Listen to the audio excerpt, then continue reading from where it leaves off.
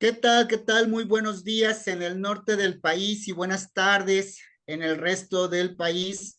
Gracias por estar nuevamente en la Red Mexicana de Universidades Promotoras de la Salud, REMUPS, y estar con nosotros un mes más a punto de cerrar el año. Esta entrevista justo tiene que ver con este mes que estaremos abordando. Bueno, aunque ya estamos cerrando, vamos a iniciar a hablar en nuestras redes sociales del consumo nocivo de sustancias y hoy nos acompaña la doctora Berenice Rubio. Gracias, doctora, por estar con nosotros.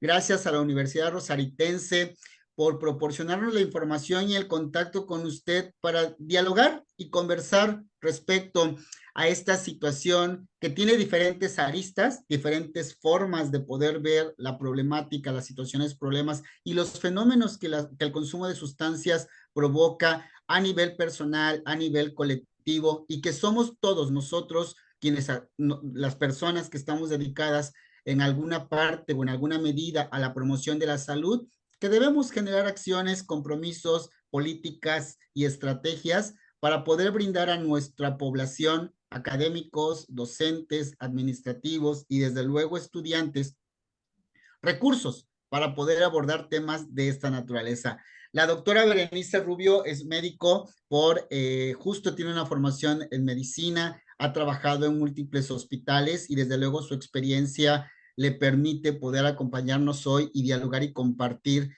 sus reflexiones respecto a estos temas. Doctora, bienvenida. Muchas gracias. Pues bien, vamos a dar inicio, como bien les decía, este tema da para mucho. Hoy solamente tenemos unos 22 minutos para abordarlo, pero bueno, dejaremos puntos claves en ese sentido. Doctora, para empezar, el consumo de sustancias nocivas para la salud ha sido una situación que ha complejizado la vida de muchas personas, familias y contextos sociales. ¿Cuál considera usted o cuáles considera usted que han sido los factores que los han provocado, permitido o favorecido? Bueno, primero que nada, buenos días a todos los que nos encontramos en el norte del país y buenas tardes a los que se encuentran en el centro y en el sur.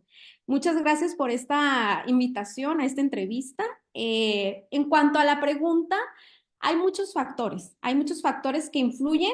Uno de ellos es un factor emocional, social y cultural, ¿ok? En cuanto a, por ejemplo, los factores de educación, nos encontramos en la falta de educación. Es un factor que influye, ¿ok?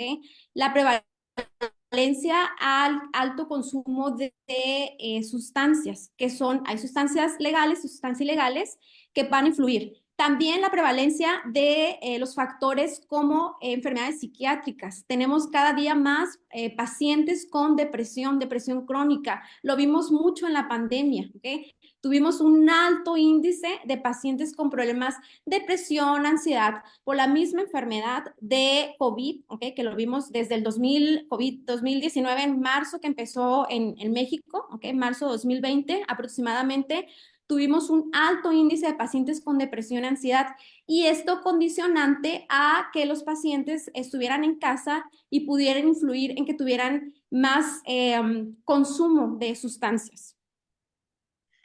Claro, entonces aquí podemos comenzar a identificar, doctora, a partir de lo que nos comenta, que los factores pueden ser variados, ¿no? Desde situaciones de comorbilidad, porque pueden ser pues, situaciones de comorbilidad, situaciones que se detonan a partir de una situación personal o de una necesidad particular, o justo situaciones como que engloban, ¿no? Justo la pandemia, que fue algo social que vivimos todos y que esto va a detonar ciertos factores para llegar a este consumo de sustancias legales o ilegales. A partir de ese contexto, ¿qué podemos considerar como estas sustancias legales o ilegales, doctora? ¿De qué contexto? Bajo esta mirada, ¿no? Estamos mencionando que hay legales e ilegales. Yo sé que regularmente las personas los podemos identificar, pero a veces, por ejemplo, nunca mencionamos la sal como una sustancia nociva para la salud o el azúcar, ¿cierto? Así es. Y que están dentro del ámbito legal, ¿no? Porque lo consumimos en la O mayoría como de los bien, países. por ejemplo, yo siempre les pongo el ejemplo de el tabaco. Es legal a partir de los 18 años, pero es ilegal el consumo en personas menores de 18 años. Otra sustancia, el fentanilo, que ahorita es una droga que está en el plus. Realmente el fentanilo es una droga, una sustancia que legalmente lo utilizamos para el dolor crónico, pero ilegalmente se ha estado utilizando para el abuso, ¿no? Entonces, en laboratorios clandestinos que se ha utilizado. Entonces, hay drogas que realmente, o sustancias que realmente su propósito eran de forma legal para dolor, para muchas causas, pero las hemos estado utilizando desfavorablemente para cosas ilegales. Entonces, sí hay bastantes drogas, ¿ok? Me refiero al fentanilo porque pues sí es una droga, como todos hemos escuchado, ahorita pues es malamente la droga de moda, podríamos decirlo así, pero realmente es una sustancia muy buena, muy favorecedora para el dolor, pero la hemos estado utilizando desfavorablemente para el uso ilegal. Claro, justo, y creo que acabas de explicar algo sumamente vital, ¿no? Hay sustancias que han sido y servido para, pero que el abuso de estas puede provocar una situación drástica en la vida personal y bueno, también en las industrias, ¿no? Cómo usamos de manera inadecuada en la industria de diferentes tipos esas sustancias. Esto, justo como nosotros no aprendemos como personas y como sociedad a tener una medida justa de las cosas, ¿sí? Abusamos de muchas cosas, tendemos a que este abuso a lo largo del tiempo justo ha llevado a que estigmaticemos a las personas usuarias de sustancias. ¿Cómo replantear la mirada y la perspectiva como sociedad? Porque muchas veces las personas tenemos una mirada muy discriminatoria o estigmatizante ante este consumo inmoderado. Así es. Lo primero que tenemos que hacer es ver cómo el abuso de sustancias, considerarlo médicamente, se considera como una enfermedad. Primero es lo que tenemos que hacer. Valorar y ver que es una enfermedad, ¿ok? Cuando ya se está abusando, ¿ok? Y como una enfermedad se tiene que primero tratar, ¿ok? O primero hacer al paciente que esté consciente de que es una enfermedad, que tiene una enfermedad. Después hay que, primero la vamos a identificar. Después de identificarla, vamos a diagnosticarla y luego tratarla, ¿ok? Esas son las tres fases. Primero es identificar qué enfermedad tiene o cuál es el abuso de qué sustancia, porque de acuerdo a la sustancia que se está abusando, pues va a ser el tratamiento, va a ser cómo vamos a conllevar.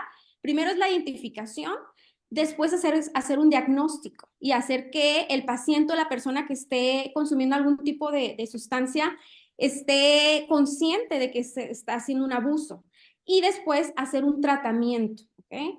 Ya teniendo estas tres bases, podemos darle un seguimiento al paciente, ¿ok? Pero tratarlo, no discriminarlo, nunca, nunca. Yo siempre les he dicho a mis alumnos, un drogadicto, nunca, nunca poner ese nombre, sino que tiene una enfermedad, ¿ok?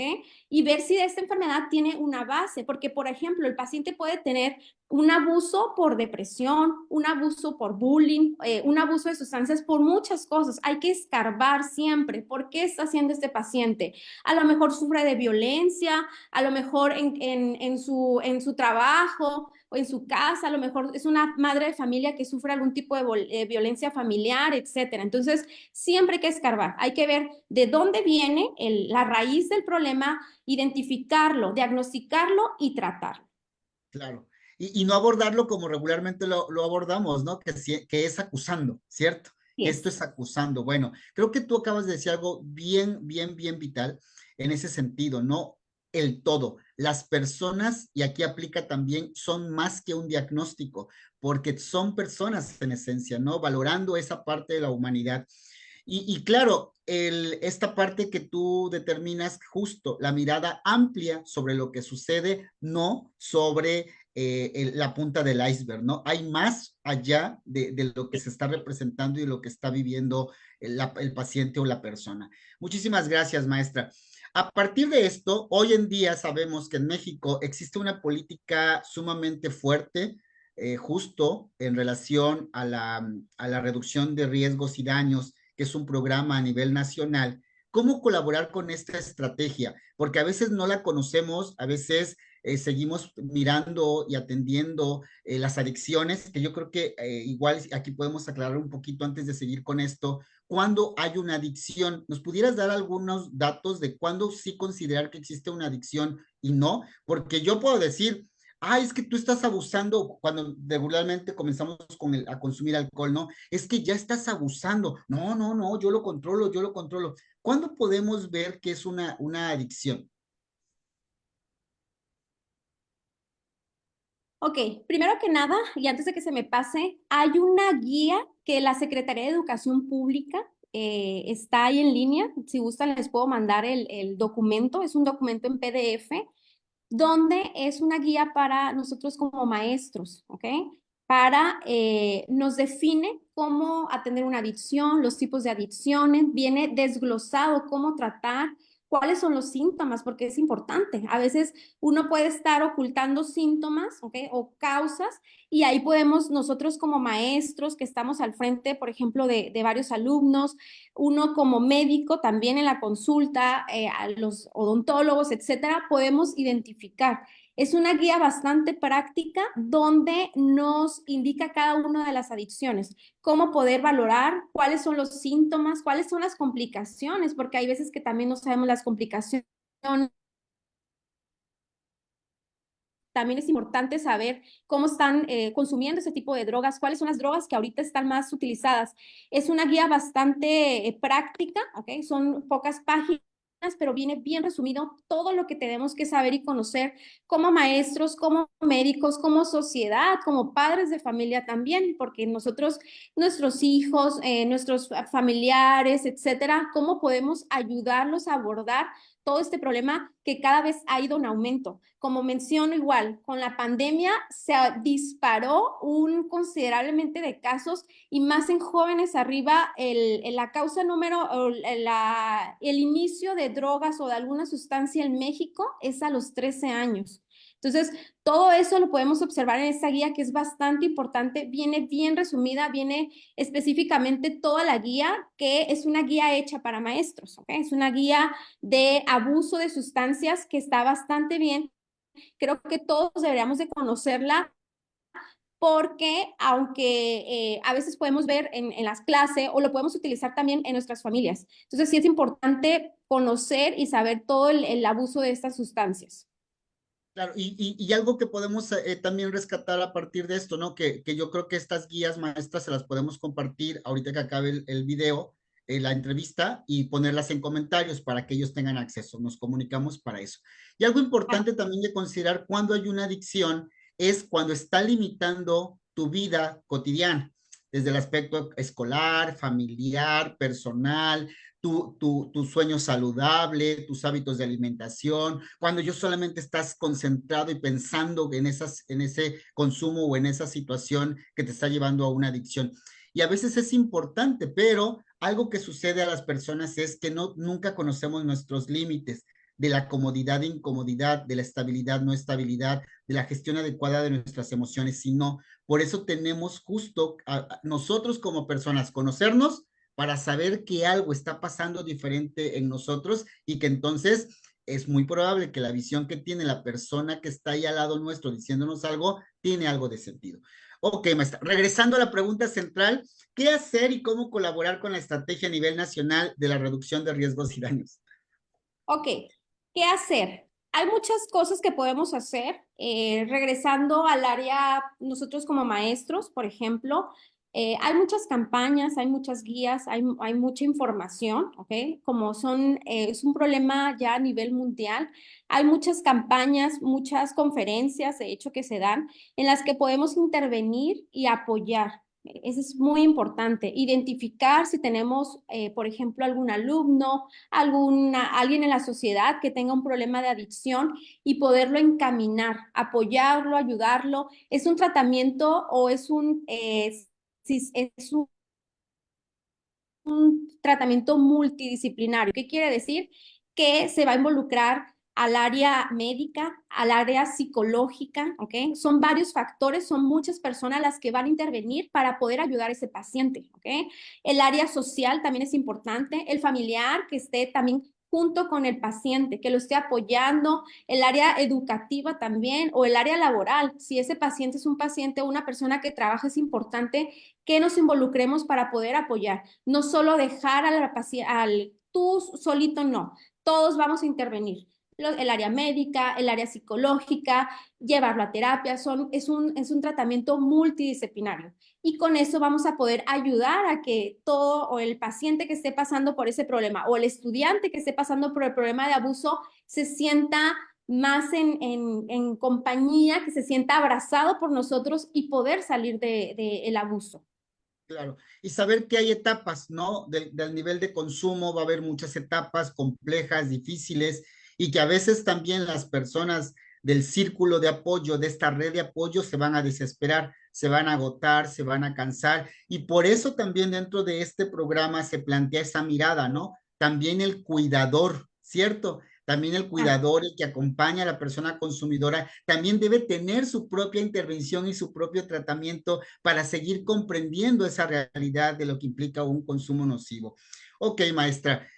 Y a partir de aquí, yo sé que ya comenzamos a tener muy claro, ¿no? Ya tenemos muy claro y una visión amplia a partir de lo que nos estás diciendo, pero ¿qué más podemos hacer justo desde las instituciones que formamos parte de una red promotora de salud o desde las instituciones generando programas y acciones para poder prevenir, para poder promover estilos de vida saludable? ¿Qué más podemos hacer desde las instituciones donde tenemos a la comunidad cautiva? Desde las instituciones educativas, aparte de todo, siempre es pues promocionar, explicar todos los conocimientos que uno tiene, identificar, preguntar. A veces es preguntar por qué un alumno me está bajando de calificaciones. Hay que buscar si trae problemas en casa, si trae, o sea, siempre es preguntar. Yo, por ejemplo, en mis clases, siempre es preguntar cómo están, si tienen algún tipo de problema, para poder identificar si es un alumno que siempre llegaba a la escuela, estaba en sus clases y ahora es un alumno que está muy reservado, que está aislado. Hay que buscar si hay algún problema que esté para poder identificar y poder dar algún seguimiento. ¿Okay? Entonces, sí es importante nosotros como maestros poder estar observando, nosotros que estamos al frente de los alumnos, poder identificar si hay algún problema o alguien que esté con algún tipo de problema de abuso de sustancias. Sí, desde luego. Y además, creo que también algo importante, hacer red, ¿no? Hacer red súper en ese sentido. Por ejemplo, ahorita tú puedes compartir con otras escuelas, los que trabajamos en algunas situaciones podemos trabajar con otras escuelas, porque al final creo que algo que nos ha sucedido en la promoción de la salud, y no sé qué opinas al respecto, es que dependiendo quién esté al frente del programa o de la acción, puede tener una visión limitada, porque tú dijiste algo hace un momento, atender el consumo de sustancias nocivas es una visión multidisciplinaria, amplia, porque son múltiples factores los que atraviesan esta circunstancia y esta situación. ¿Qué más podemos aportarles? ¿Qué podría ser alguien que anda en este consumo? ¿Qué hacer para prevenirlo? ¿Qué hacer para promover estilos de vida saludable desde tu experiencia y desde la mirada institucional como una universidad promotora de salud? ¿Qué estrategias podemos recomendar a las personas? ¿Qué hacer para no caer en esto? O si caemos, ¿cómo le buscamos? Hay muchas formas. Siempre es, primero, pues evitar el abuso. Segundo, hacer algún tipo de actividad recreativa, algún tipo de actividad, involucrarlos en hacer algún tipo de deporte, en hacer algo que les guste, ¿ok? Algo fuera de la universidad, ¿ok? Hacer alguna actividad, siempre en las clases, por ejemplo, les pongo podemos hacer algún tipo de convivio donde se puedan estar relacionados entre ellos. En casa siempre les digo que hagan algún tipo de actividad, mucha comunicación, es bien importante. ¿Por qué? Para poder identificar cada uno de estos factores. Sí, hay muchas cosas que podemos hacer nosotros, pero principalmente involucrarlos en estar haciendo ya sea alguna actividad, cambiar hábitos alimenticios para que el estudiante o el paciente se sienta más actividad, con más energía, con tener una meta específica, ¿ok? Hacer algo que les ayude a estar motivados. Hay que motivarlos para que, pues, evitar, pues, que caigan en algún tipo de depresión, algún tipo de ansiedad y que con ello evolucione o que contribuyan a que tengan algún tipo de sustancias. Claro, y además creo que hay un montón hoy en el sentido de apoyos y páginas también en internet, en redes sociales, ¿no? Programas activos, programas súper activos que permiten informarte. Y aquí yo creo que para sumar algo más, para ir cerrando con estas recomendaciones, hay un factor que no hemos mencionado y que creo que es importante reflexionarlo.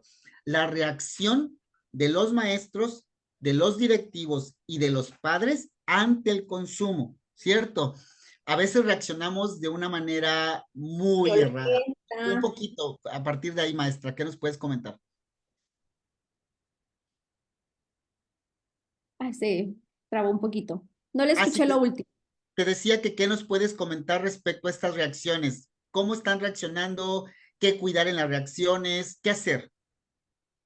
La reacción, la primera reacción que muchos como padres tenemos o tienen es actuar de una forma enojada, una forma violenta, una forma de querer juzgar, ¿ok? O querer decir por qué estás haciendo esto, y no es la forma. Yo siempre, por ejemplo, en la consulta muchas veces me llegan padres de familia preguntándome, ¿qué hago con mi hijo?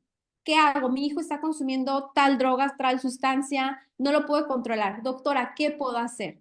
Siempre yo les digo que una forma es ir a terapia. Primero hay que ir con una nutrióloga o en alguien que sea un experto en abuso de drogas para que nos pueda guiar, ver cómo poder tratar a paciente primero, cómo puedo ayudar. Porque si nosotros mismos, si alguien me está diciendo, es que yo utilizo, estoy abusando de tal droga y yo de una forma, ya sea mal, le hablo esa persona tampoco ya no va a tener la forma de podernos decir o contarnos las cosas. Siempre es importante nosotros, primero que vamos a ayudar a alguien, es nosotros estar bien informados, qué vamos a hacer, ver la manera, cómo hablarle, ¿ok? Y nosotros tratar de ayudar, no juzgar, nunca decir por qué esto es que tú es, no, siempre es tratar de solucionar el problema, porque al final de cuentas es un problema, entonces hay que ayudarlo, no hay que meterlo más en el problema, no hay que juzgarlo, no hay que decirles que es tu culpa, no, ¿por qué? Porque si no, esa persona se va a sentir mal y ya no nos va a poder, ya no nos va a decir más, se va a quedar, va a decir, no, es que mejor me quedo callado, mejor no digo nada, yo solito voy a resolver mis problemas, pero vemos que en vez de resolver los problemas, pues vamos aumentando. Entonces, uno como padre, uno como maestro, uno como sociedad debe apoyarlos. Y si no sabemos cómo apoyarlos, hay que unirnos, ¿ok? Hay que tomar nosotros también terapia, podemos tomar terapia individual, en familia, para poder apoyar a los estudiantes, a nuestra comunidad, a nuestros hijos. Es importante eso. Creo que lo dijiste muy claro. La información es primero conocer qué tipo de sustancia es, dónde puede estar consiguiéndola, con quién la está compartiendo, ¿no? O de dónde, en qué momentos, en qué escenarios. Y nunca acusar, porque siempre acusamos a los demás, ¿no? Acusamos el entorno. Entonces, recuperar información, sé que es una noticia muy fuerte, ¿no? Pero que hay que saberla gestionar. Y justo como lo indicas, ¿no? Desde la mirada de la psicología, de la nutrición, de la medicina y de todas las demás miradas que pudiera ser, infórmate primero y tampoco juzgues, porque a veces en las escuelas los directivos y los maestros es expulsar. Yo siempre he dicho algo, ¿no? Como director que soy de una institución, siempre digo, el hecho de que yo lo expulse, pierdo toda posibilidad de generar una estrategia para colaborar en justo, ¿no? En ese entendimiento de lo que está pasando con la persona, con la familia, con el entorno y cómo podemos ayudarle, pues no expulsando, ¿cierto? Hay que Así es. tomar las medidas y generar la estrategia adecuada y pertinente para las características de esa persona. Muchísimas gracias, doctora. ¿Qué más? ¿Qué más? ¿Cómo podemos cerrar en alguna recomendación, alguna reflexión que tú nos quieras dar para ir cerrando esta entrevista? Sí, muchas gracias. Lo primero que tenemos que hacer, como ya lo mencioné, es identificar. Hay que identificar si alguien está abusando o alguien está consumiendo algún tipo de sustancia. Luego informarnos, hay que tomar información, hay que hablar con nuestros alumnos, hay que hablar con nuestros hijos, hay que hablar con nuestra familia para poder ver la manera en que ir de mano. Siempre todos los tratamientos son multidisciplinarios, como ya lo dije, ¿ok? Es nosotros como docentes, nosotros como médicos, nosotros como familia, ayudarlos, apoyarnos de muchos expertos. Hoy en la actualidad hay muchas temas, muchas pláticas, conferencias, guías, hay mucho manejo que se le puede dar y que podemos ayudar. Hay muchas asociaciones también que ayudan mucho a los adolescentes y más hoy en día que posterior a la pandemia, como bien dije, se ha aumentado ha habido un aumento de fentanilo, de alcohol, de tabaco, de todo, ¿ok? Entonces es muy importante mantenernos informados, hay que ver qué están haciendo nuestros hijos, qué están consumiendo nuestros alumnos, dónde se están juntando, hay que ver todo para poder ayudarlos y para poder ver si hay un foquito de alarma donde podamos tomar y ver, hablar, obviamente si está pasando un caso en la escuela, hablar con nuestros directivos, con alguien cercano, explicar el tema, poder abordar al alumno y darle un seguimiento, que no se sienta que lo estamos juzgando, que no se sienta que le va a pasar algo, sino que al contrario, queremos ayudarlo. Muchísimas gracias, doctora Berenice. Te anduve diciendo doctora maestra, bueno, pero haces las dos funciones, así que creo que no hay Okay. ningún problema. Recuerden a quienes nos están viendo y nos van a ver posteriormente, a nivel nacional hay una línea de la vida justo para escuchar, para atender y para tener estas charlas que a veces no podemos tener con alguien más. Recuerda que la línea de la vida es 800-911-2000 para que tú sepas que ahí, y además hay un montón de otras líneas también en donde puedes llamar para ser escuchado, escuchada, y que a lo mejor te puedan recomendar algunas cosas de cómo, justo a partir de lo que estábamos comentando ahorita, pero a lo mejor algo más que puedas hacer para atender para atender algún consumo nociva o para colaborar con alguien que crees que está cayendo con un consumo nocivo. Además, creo que a partir de lo que nos dijo muy bien la doctora Berenice, capacitarnos es un elemento fundamental para todas aquellas personas que estamos al frente de instituciones, de programas y que colaboramos con otras personas. Capacitarnos es una estrategia pertinente y adecuada para tener una mirada mucho más amplia de las situaciones. Muchísimas gracias a la Universidad Rosaritense por habernos acompañado. Justo a partir de mañana, recuerden en las redes sociales de la REMUPS y el Instagram, estará la siguiente semana apareciendo información para seguir sumando a la reflexión y para seguir aprendiendo respecto al consumo nocivo de sustancias. Gracias a la doctora Yamin de la Universidad Rosaritense por apoyarnos en todo esto, por poner el contacto y desde luego para seguir formando parte de este programa de Universidad Anfitriona desde la Comisión de Difusión de la REMUX. Doctora, muchísimas gracias. Buena tarde. Ana Laura, gracias por acompañarnos en esta sesión para que la información le llegue a todas y todos. Hasta pronto. Nos vemos. Muchas gracias. Gracias a usted. Bye.